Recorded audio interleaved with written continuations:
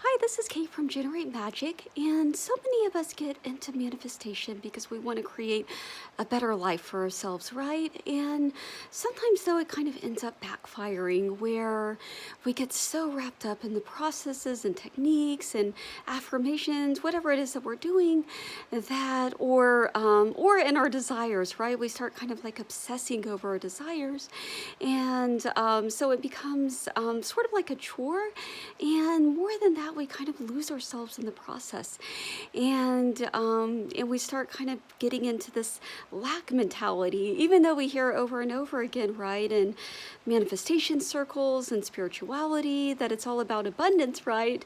But at the same time, when we're constantly being told, oh, do such and such process, and then you'll get all these amazing things, and then it's hard to kind of like get out of that whole like mindset of, okay, I'm going to do this process, and then kind of, looking out at your reality and saying, okay, well, where is the Mercedes? Where is the dream husband or the dream wife? And even again, as much as they're always saying, it's not about what's out there, it's what's within. It's still, I feel like a lot of times we kind of fall into this kind of obsessive mentality and this sort of lack mentality. We're constantly like striving for more, constant dissatisfaction, and I'm speaking, all of this, is speaking from experience, and, we get whatever it is that we were manifesting or whatever goal it is that we were working for, but it's almost kind of like anticlimactic, right? And then it's just kind of like on to the next thing, or it's kind of like a case of just waiting for the other shoe to drop, right? And so, and it kind of almost reminds me of that Janet Jackson song, "What Have You Done For Me Lately?" And so it's kind of like you do all the things you're supposed to do, and you do all your techniques and processes, and you think all sorts of like good thoughts, and maintain your vibration, and and then you look out and you're like, well, I still don't see the Mercedes, and so and then you're just kind of looking at life, being like, what have you done for me lately? And for me, it's a lot. I've always just naturally been very hard on myself, been very goal driven, and I tend to even kind of like, at the end of the day, I just kind of look at myself, at the end of the day, and I'm like, well, what have you accomplished today? And kind of like berating myself. And I don't think it's like entirely a bad thing. It's probably, we can kind of definitely go on the opposite end of the spectrum. And definitely there's been cases in my life where I've kind of lapsed in the laziness or complacency. I think all of us, we kind of go all over the spectrum, right? But I think a lot of us, when we get, who tend to be very goal-driven individuals, and when we get into things like manifestation, we tend to get kind of like obsessive about it, right? And so then we either kind of get discouraged with the whole process, and being like, oh, well, maybe this doesn't work.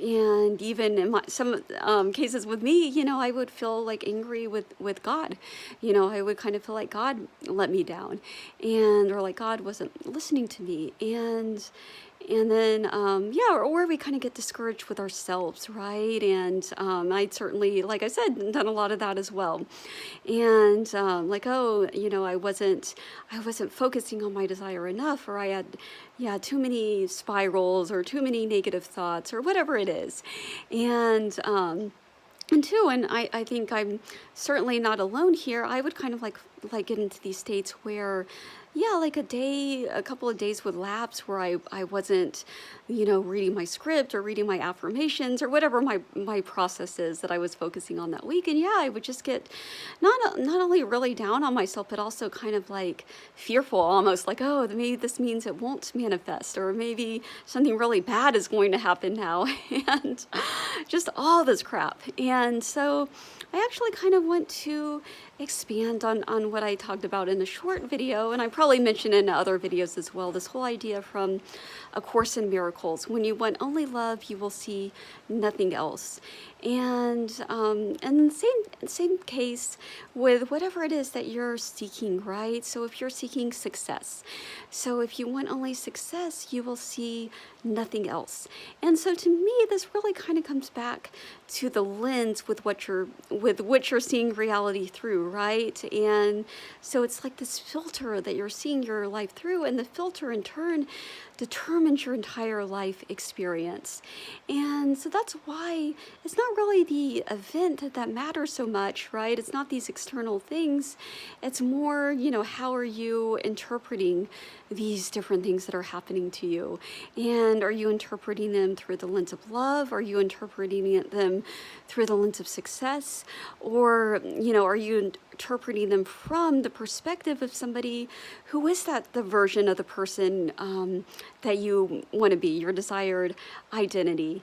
And so, yeah, it's like, just to kind of give us a couple of small examples, right? And so let's say that, just kind of thinking off the top of my head, and so let's say that you send you're a writer, and you send your manuscript to a publisher, and the publisher rejects your manuscript. And so if you're seeing it, through the lens of failure, obviously you would say, well, I'm a failure, and then usually that kind of like spirals into all sorts of other thoughts, and right. And so it's not just about the thing itself, but it's like, well, you take it very personally, right? You kind of see it as a part of your identity, like, oh, this means that I'm a failure as a writer, I'm a terrible writer, maybe I should just give this up. And so it cascades into all these other thoughts, and you really start taking it on as part of your identity. You really start taking it to heart. And whereas if you're seeing it through the lens of a successful writer, you're like, well, it doesn't matter. I'll just send it to somebody else. Maybe I'll self-publish it, and that will kind of operating from the standpoint of everything is always working out for you, and it's all going according to plan. You can even just see it as this was part of the plan. I'm going to send it to somebody else, and they are going to be like an even better match. And just to kind of give like a really kind of small, very minor example, like when I was looking at these different writing workshops, right? I found a workshop that looked perfect for me, but it had already happened basically, or it had already started, so it was like too late to join. And the woman, I emailed the woman, and she was like, oh, I don't know when we're doing another one. And of course, it would be silly to kind of see that like as a big loss, right? Because of course there's going to be other workshops. But this event basically in turn kind of motivated me to reach out to this other woman, the former teacher that I had, even though I thought, well, maybe she's not the best fit, because it was a sci-fi workshop that I took from her, and this is a romance novel that I'm working on. But it wouldn't hurt to reach out just in case, and it ended up just being the perfect bridge of incidents. And it ended up being just the perfect match for me. And now I am going. It turns out they are. I just got an email a couple of days ago saying they are going to be offering the romance workshop in May now. So I will get the opportunity to take it. So just this whole idea, right, of everything is always working out for you, and a lot of these cliches that we hear, they really do have like a deeper meaning to them, right? Or they really do have value to them. So this whole idea of, you get lemonade, you turn it into lemonade. And so all that sort of thing, right? And so, just kind of seeing it through the lens of love, and seeing it through the lens of success, and seeing it from the perspective of that person that you desire to be. Because that's what it means, right? When you're assuming the identity, that desired identity, it's like you've stepped into that avatar, right? And now you're interpreting everything from the lens of, from the perspective of that person. And in the same way, like somebody who's very like abundant, right? Like somebody who's a billionaire, let's just say, they're not going to get all like worked up because they got some unexpected bill in the mail. Like it's no problem, because they're living in a life where money just flows abundantly. They're living in an abundant universe. And any number of like of examples, that I can think of, right? And also just something that I wanted to kind of point out too, and this kind of goes back to the way of there's so many different ways that we could choose to interpret a situation. And so, for instance, I'm an only child, and ever since I left home to go to college in California, gosh, maybe 20 years ago or more, yeah, they've been recruiting me to basically like move back home. And so finally, and now I've been living in Mexico kind of on and off for the past couple of years, which they really didn't like that, me living. Of course, they were happy for me because when I'm happy, they're happy. But at the same time, when you're in a foreign country, it seems much farther away. And so, yeah, they've just been on this whole campaign to get me to move back in with them. And previously, I had been kind of looking at it through the lens of failure, basically, that, oh, like if a grown, here I am, a grown adult, if an adult moves back in with their parents, that's a sign that they're somehow like a failure, basically. And so finally I just kind of like went with it. Like I stopped resisting, and I had kind of gotten to a place in my life where, yeah, I was kind of tired of the nomadic lifestyle. And sure, I was making decent money. Like it's not like I couldn't afford to live on my own, but at the same time, yeah, it would be nice to kind of be able to save up some money, to have that stability. And at the same time, going back to this whole idea of like mutually beneficial relationships, it was very much like a win-win.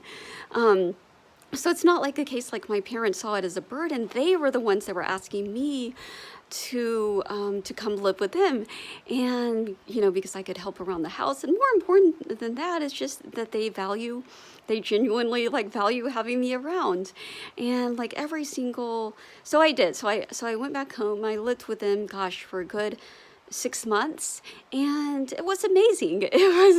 And I wouldn't say I think compared to a lot of people, I think I probably had a pretty good, childhood, and always, had a good relationship with my parents and everything. But at the same time, there was always, and again, I think this is the more and more I'm seeing that this is all kind of self-created, right? I was kind of interpreting like all this tension and all this conflict, and I was kind of holding this idea in my head that they like disapproved of me, basically, or that they saw me as a disappointment and a failure.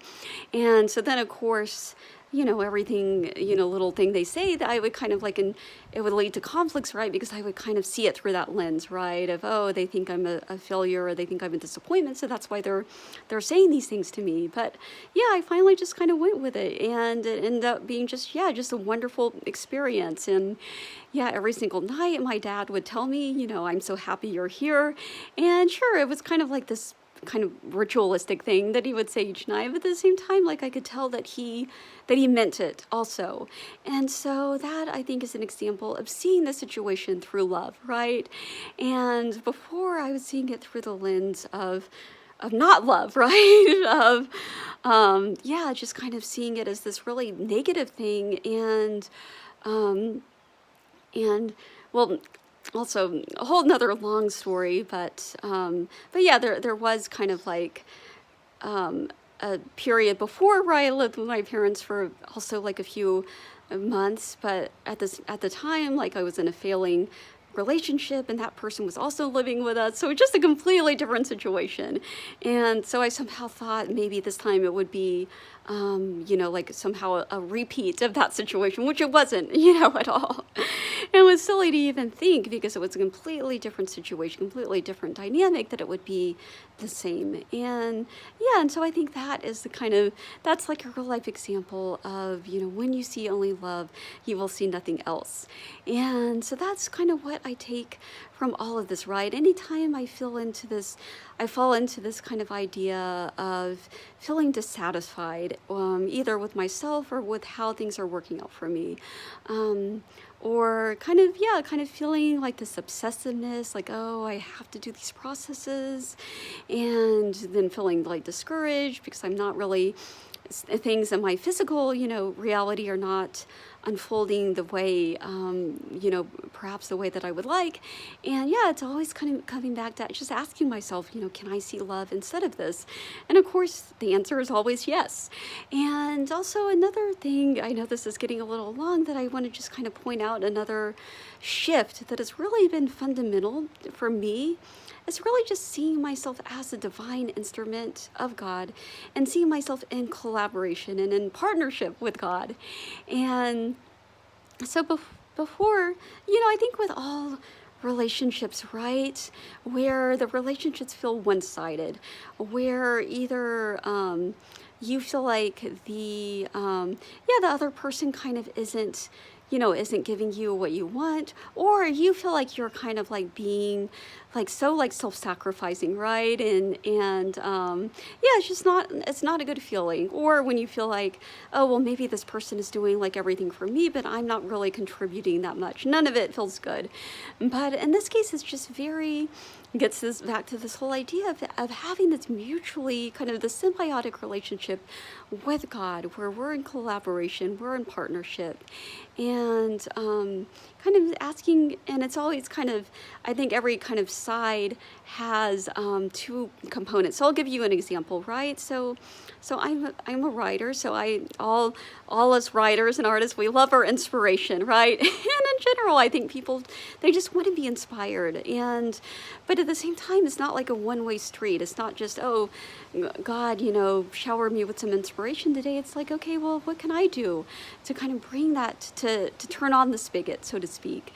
And so I might be reading a book, having a conversation, watching a movie, or just kind of sitting down to write. And now that I'm getting back more into the momentum of the story, that itself kind of turns on the flow, and then it's very kind of proliferates, right? It kind of like builds on itself. So when you take the first step, right, then the God or source, whatever you want to call it, then takes kind of another step towards you. So it's very much, I see it as this divine dance and this divine partnership. And so I think the whole idea of dissatisfaction, and of course this goes, with anything, right? With relationships where you feel dissatisfied, or maybe you feel like it's one-sided, just kind of seeing, okay, well, how can this be more of a collaboration? How can this be more of a partnership where, everybody is getting, exactly what they want. Everybody is benefiting from the situation. And in the same way,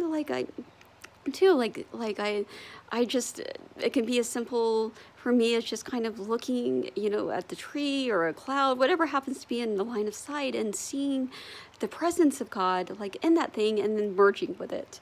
And just kind of feeling it move through me, and feeling this, what some people call is like the unseen hand, right? Like allowing that unseen hand to guide me.